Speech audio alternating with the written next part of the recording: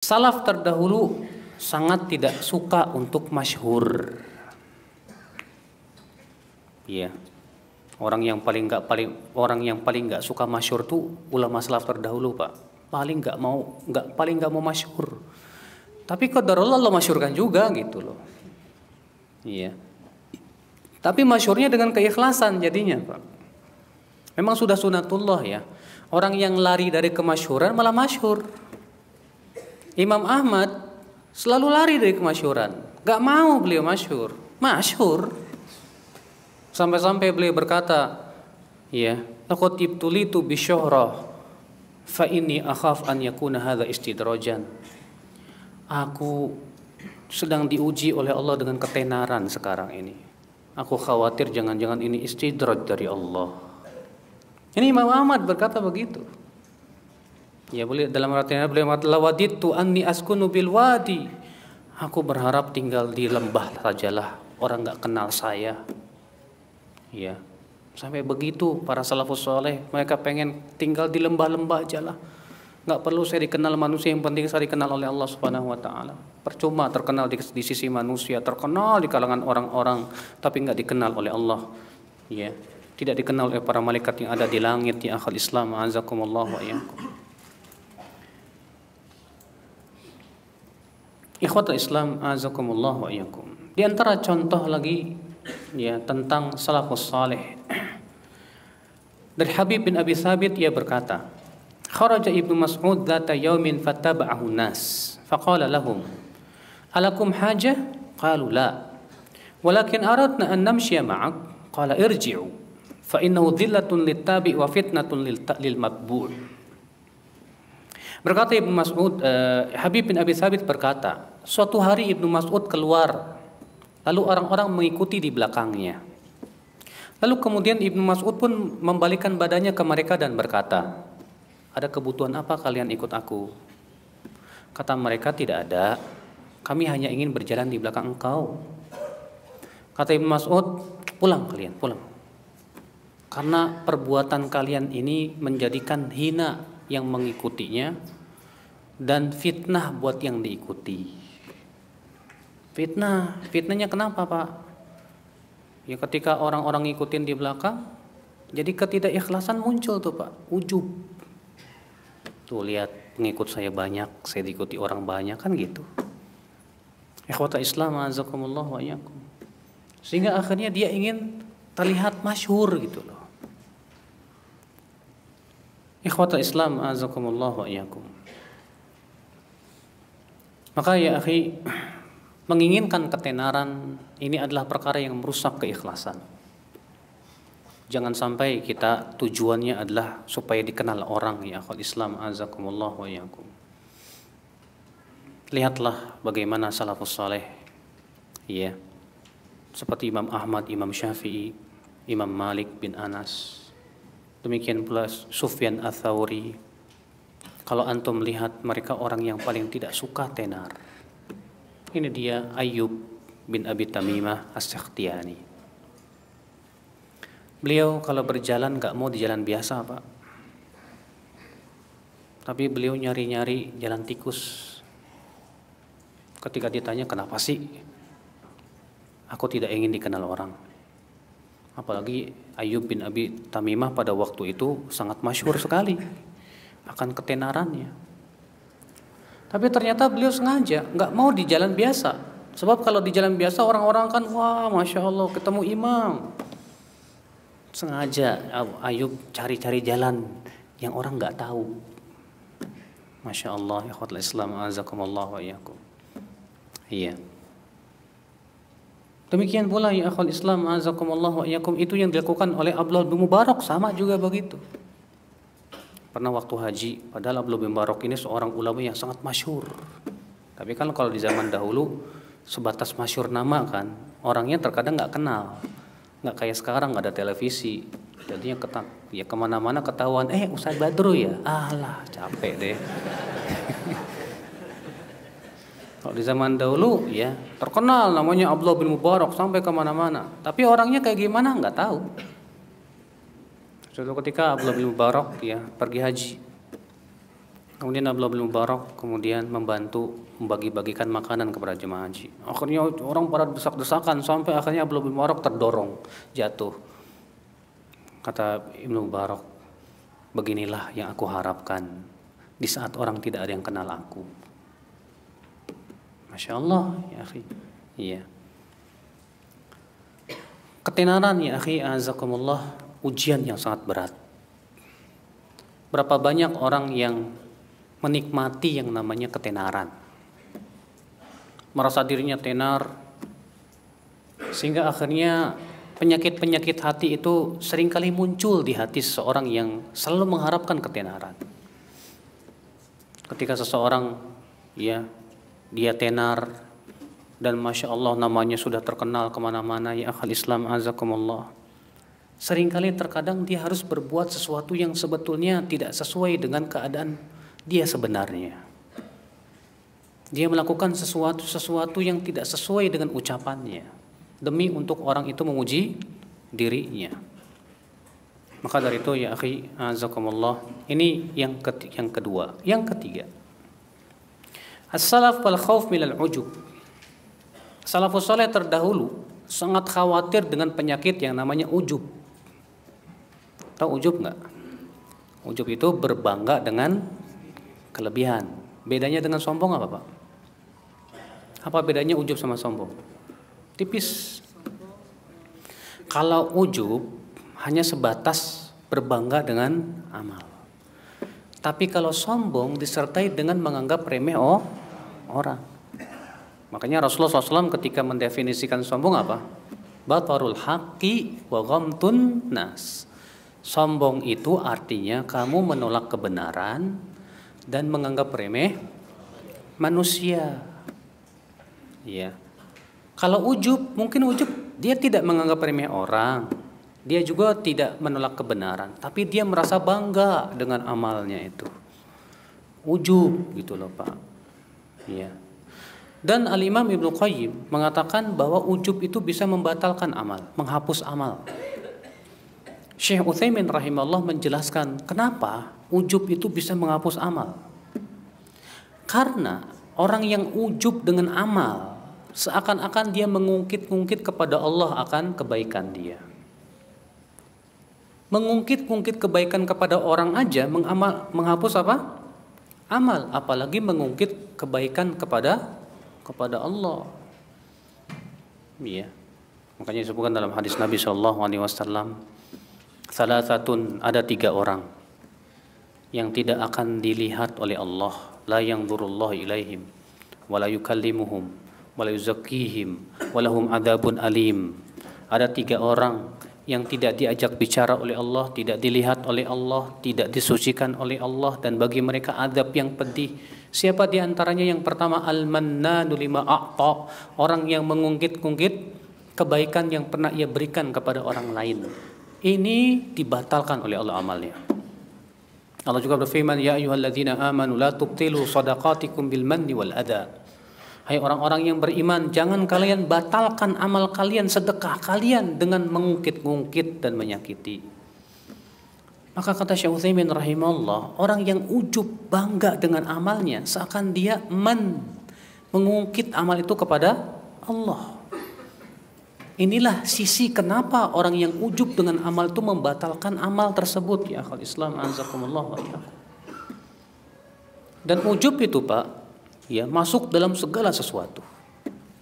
Dan itu dalam Al-Qur'an disebut dengan takatsur. Allah mengatakan alhaakumut takatsur, telah melalaikan kalian orang yang berbangga-bangga dengan banyaknya sesuatu. Syekh Abdurrahman As-Sa'di ketika menafsirkan ayat ini berkata, ayat ini masuk padanya seluruh yang sifatnya berbangga-bangga dengan banyaknya sesuatu. Ada orang bangga dengan ilmu. Bahkan ya, Al-Imam Ibnu Qayyim rahimahullah mengatakan, orang yang berbangga dengan ilmu itu lebih buruk daripada orang yang berbangga dengan harta. Kalau ada orang yang ujub dengan harta, yang satu lagi ujub dengan ilmu, yang lebih buruk yang mana? Kata Ibnu Qayyim, yaitu yang berujub dengan ilmunya, ya akhul Islam azakumullah wa iyyakum. Iya. Maka dari itu hati-hati Pak, kalau antum ini nuntut ilmu, sudah hafal Quran, sudah banyak ilmu yang sudah ketahui, merasa dirinya senior, ini yang susah. Hati-hati loh Pak. Iya. Kadang ketika kita melihat ada orang yang baru ngaji, kita merasa saya lebih senior dari dia. Ini perasaan seperti ini bisa membatalkan amal. Iya. Hati-hati ya akhwat Islam, azakumullah wa iyyakum. Ada lagi orang ujub dengan amal. Karena dia rajin sedekah, dia rajin sholat malam, dia rajin puasa. Pas ngelihat orang yang dia nggak pernah sholat malam, dia nggak pernah puasa sunnah, saya lebih baik dari dia. Saya banyak sholat malamnya, saya banyak puasanya. Ujub. Padahal Pak, baiknya seseorang di mata Allah itu tidak hanya dinilai dengan banyaknya amal. Tidak. Yang Allah lihat itu apa yang ada di hatinya loh Pak. Allah berfirman, innallaha la yanzuru ila ajsadikum wala ila suwarikum walakin yanzuru ila qulubikum wa a'malikum. Allah tidak melihat kepada bentuk tubuh kalian, tidak pula rupa kalian. Akan tetapi Allah melihat kepada hati dan amalan kalian, kata beliau. Iya. Akhi, terkadang ada orang amalannya sedikit, akhi, tapi ternyata ia di sisi Allah tinggi sekali derajatnya. Kenapa? Karena hatinya yang bening. Pernah dengar nggak kisah tentang seorang laki-laki yang Rasulullah katakan muncul sekarang penduduk surga? Hadisnya sahih dari Muslim ya. Ketika Rasulullah waktu itu sedang dengan para sahabat kumpul, kemudian Rasulullah bersabda, "Yatlu'ul an rajulun min ahlil jannah." Sekarang akan muncul penduduk surga. Keluar orang Ansor dalam keadaan ia menenteng sendal dan sudah berwudu. Keesokan harinya Rasulullah mengatakan lagi, "Yatlu'ul an rajulun min ahlil jannah." Sekarang muncul penduduk surga. Keluar yang kemarin. Di hari yang ketiga Rasulullah mengatakan muncul sekarang penduduk surga. Keluar lagi yang kemarin lagi. Abdullah bin Amr berkata, aku ingin lihat apa sih ibadah dia, supaya saya bisa ikuti dia. Masya Allah, ikhwatul Islam. Akhirnya Abdullah bin Amr pun datanglah ke rumah dia. Iya. Dia berkata, hai fulan, bolehkah saya tinggal di rumah Anda 3 hari? Karena saya sedang bermasalah dengan bapak saya, dan saya bersumpah tidak mau tinggal di rumah dia. Silakan, kata orang itu. Rupanya Abdullah bin Amr melihat ibadahnya. Dilihat di waktu malam nggak tahajud. Nggak tahajud Pak. Dilihat sholat sunnah juga enggak. Akhirnya Abdullah bin Amr kecewa. Nih orang kata Rasulullah penduduk surga, tapi tahajud aja enggak. Iya. Puasa sunnah juga enggak. Akhirnya setelah 3 hari Abdullah bin Amr berkata, hai fulan, sebetulnya saya sama bapak saya enggak ada masalah. Tapi saya mendengar Rasulullah SAW mengatakan bahwa kamu itu masuk surga. 3 kali Rasulullah ucapkan begitu. Dan saya ingin melihat amalmu, ternyata amalmu kok nggak ada yang istimewa, hai fulan. Apa kata si fulan ini? Amalku yang seperti yang kamu lihat.